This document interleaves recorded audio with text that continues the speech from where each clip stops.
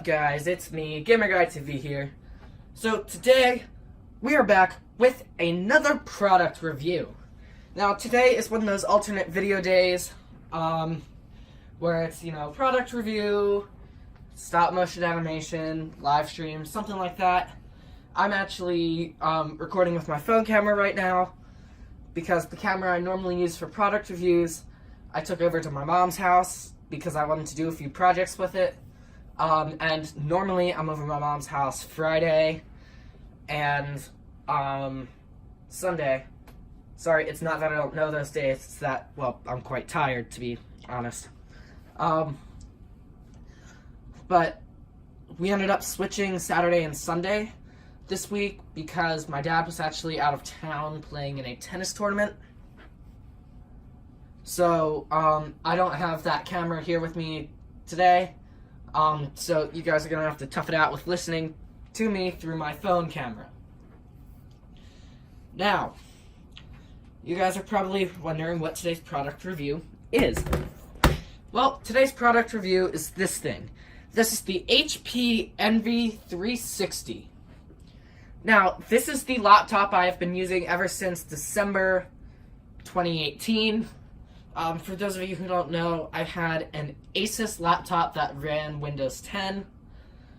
And then something went wrong with it. It might have been like a debug from the manufacturer. Not debug or bug or dud. That's the word I'm looking for. Or it could have just been I was too rough on it. But the touchpad stopped working.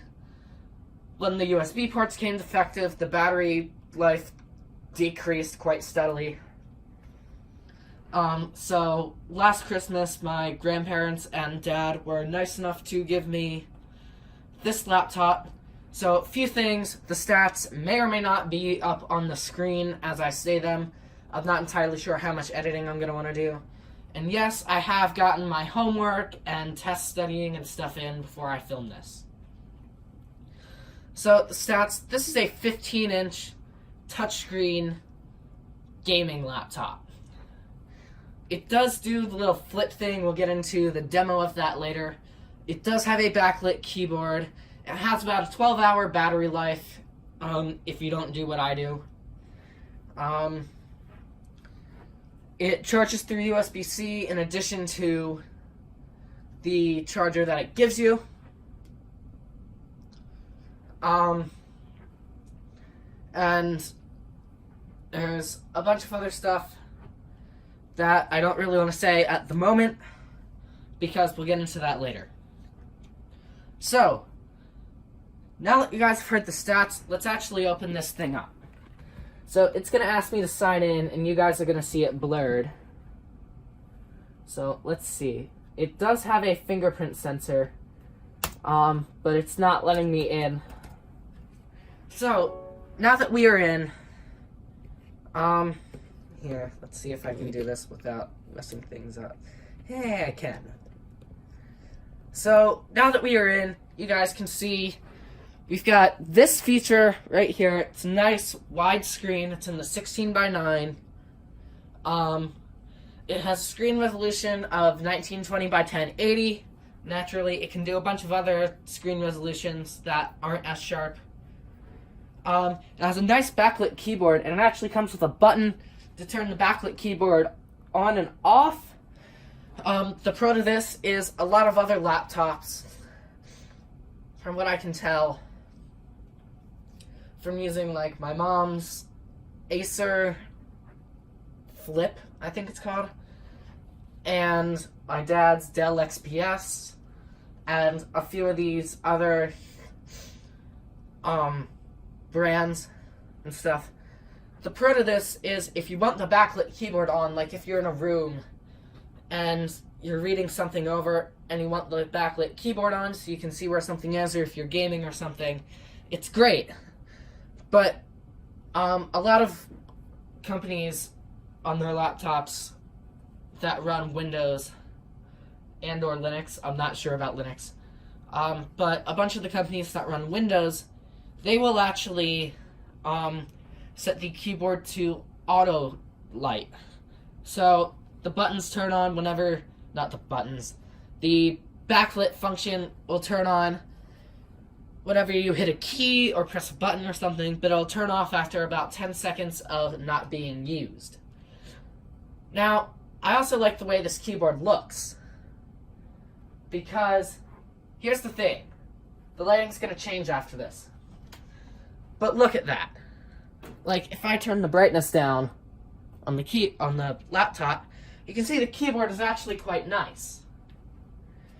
The reason the lighting changed is because the lights, I'm actually filming in my basement right now. The lights that are in my basement are Philips Hue lights. For those of you who don't know, Philips Hue lights are actually are smart light bulbs. I might do a product review on them later. But they are Philips Hue, and they reset whenever you turn them off and back on through a switch, not through the app.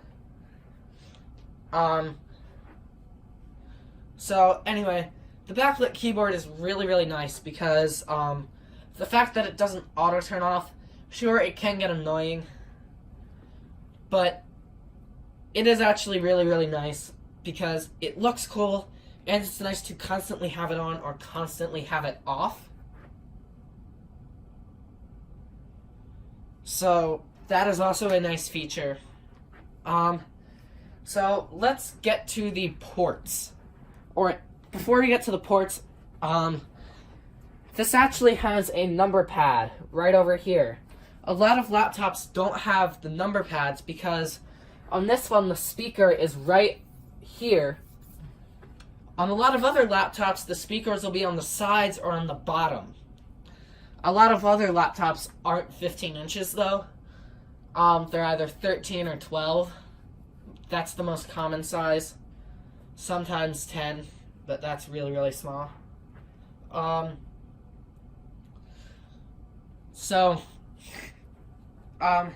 This one is big enough to have a number pad, and it also doesn't have the speakers on the side. It has them on the top, which means there's more side room. And here's a key. Here's the little border. It's not much border between the keyboard and the actual base of the laptop. It also matches the screen so that they lay out perfectly in sync. One weird thing is this is the touchpad. It's not quite centered. The reason they do this is they try to center it with the spacebar of the laptop. And because, not spacebar of the laptop, spacebar of the keyboard, and because the number pad is right over here, there's really no, it would be awkward having it sorry guys, I got cut off. It would be awkward having it on the laptop itself, not the keyboard. Or having it centered on the laptop itself, not centered with the keyboard. Anyway, yes, this screen is touchscreen. The touchscreen function, honestly, everybody's like, it's so awesome, you should really get it, it's amazing. And you get it, and you're like, yeah, it's helpful for some things. But for others, it's not that helpful. So, part of it being touchscreen is it can do something like this, where it'll flip around, it'll go into tablet mode.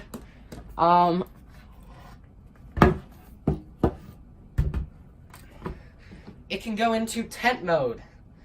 So if you're trying to watch something, I guess, like that, or if you have a keyboard and you want it to sort of be propped up, it'll do that.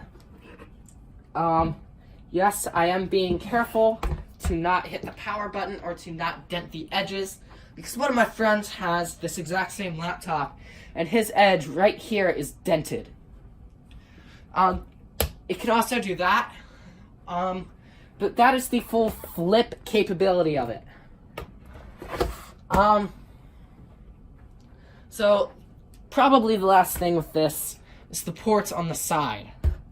So, if I turn it on its side, it's obviously going to flip out. But here, I'm going to take you guys in my hand for this one. So sorry if it's a bit shaky. So, right here we have an HDMI port. This is helpful because it is a standard HDMI port. My old Asus laptop had a micro HDMI, and you always had to have adapters, otherwise you couldn't use it. And it didn't support using this USB-C port here, my Asus didn't, for extending screens. So you had to have an adapter for this, which was annoying. Over here is a USB port. This is helpful because, well, you need USB ports. Obviously, the point of laptops is it has a touchpad. You don't have to carry a mouse to hook in. It has a keyboard built into it. You don't have to have a keyboard built in. So it's an ultra portable. It is a portable computer. That's the point of a laptop. Anyway, over here, right here, is the USB-C port. This can be used for charging. It can be used for an extra USB. It can be used for display extending. It can be used for a lot of things. The new Dell XPS only has USB-C ports. There's no USBs, no HDMI, no nothing. It's only USB-C. So, in today's world, I don't know, if you're watching this in like 2030 by some miracle, I don't know, there may only be USB 3 or USB-C. There might not be any more standard USBs or USB 2. There might not be any more of those. I don't know. But anyway, over here is the fingerprint sensor. This is helpful because if you're in like a pinch or something, or if you can't reach the keyboard, you just hold your finger on the fingerprint sensor. It just locked me out. That's brilliant. So, sorry about that. Over here is a volume adjustment. These will adjust volumes. This is up, this is down. Okay, that is one side of the laptop that we just covered. Now for the second side, and sorry about what you guys are seeing. I'm trying to attach and detach and stuff like that. Alright, so this is the final side. Over here we have the HP charger. That's the charger it comes with. What I find is the USB-C charger is a lot more helpful. My dad and I actually have the iPad Pro Generation 3. If you don't know what it is, Google it. Again, there might be an image on screen, there might not be. And it charges through USB-C. So when we went to Williamsburg in March and for spring vacation, or if we go to Ocean City at some point, we can take both of these things, but I only need to take one charger because they both charge through the same thing. And unless I'm like playing Fortnite on battery, which first of all you should never do, then it's not really going to create much of an issue. Over here we have another USB port. I don't need to explain the purpose of that. Over here is the power button. So this is what you use to turn the laptop on and off. Self-explanatory. Over here is just some vents. We saw those in the other one. Right here is the headphone jack. So if you guys don't know what I'm talking about, that's right there. Right there is the headphone jack. That is used for plugging earbuds in. This thing does come equipped with Bluetooth, so you can hook up your AirPods, Bluetooth headphones, Bluetooth headset, Bluetooth speaker system, whatever you want. And finally, this is the SD card reader. A lot of laptops come with these. Even the Dell XPS does. It might come with a micro SD, but it has some kind of SD card reader. So, guys, that has been my product review of the HP Envy 360. To be totally honest with you guys, I love this thing. It is super fast. It's not exactly super light because it's a gaming computer and it's 15 inches. It's heavy. I'm lifting it up, but you guys wouldn't get it. It does look super cool. A lot of times people decorate their laptops with stickers. I don't do that. I'm just not that decorative. But there are supposed to be treads on the bottom of it. I actually shifted it around on tables and stuff enough trying to do film projects and projects at school and stuff that required a Windows operating system. Because for those of you who don't know, I used to have a Chromebook dedicated to school. It used to live in my backpack and I would only have to charge it like twice a week. This thing, this thing I have to charge every single night. Which can get annoying, but it is much worth the price of actually being able to do stuff on it. Recently, I switched over to using this thing for school instead of something like the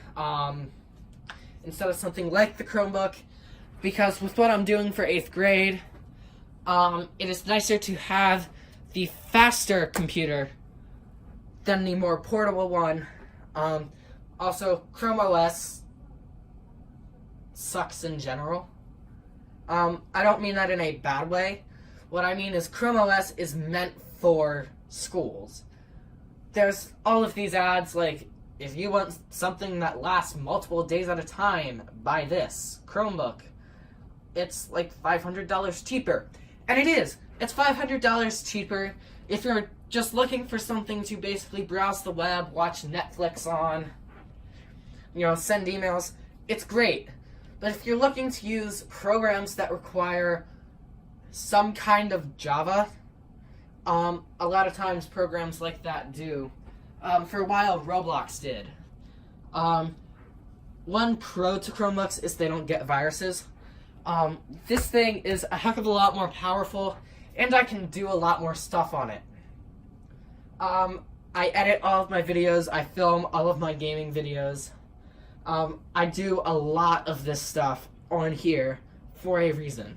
And that's because it is awesome. I think it was the year of 5th grade. My 5th grade year, which was 2016 to 17, was when I got that Asus laptop. Or maybe it was 6th grade year. Yeah, I think it was 6th grade year. No, it was 5th grade year. No, it was 6th grade year that I got the Asus laptop. It was 5th grade year that I got the Toshiba laptop. And that was kind of slow. But this is super nice because this thing went to Vegas with me when I went in August of 2019. I'll probably be going back in June of 2016 because my dad got invited to speak at a conference out there, and I will be out for summer at that point. I'll be going in the freshman year of high school, so I can just go out and celebrate being done with middle school in Vegas 2 weeks after I graduate. But this thing was super nice. I was able to edit some projects on it. It was also nice for car trips because you can charge it portably. You can bring batteries. If your car has a power outlet in the back, use that. Don't use anything else.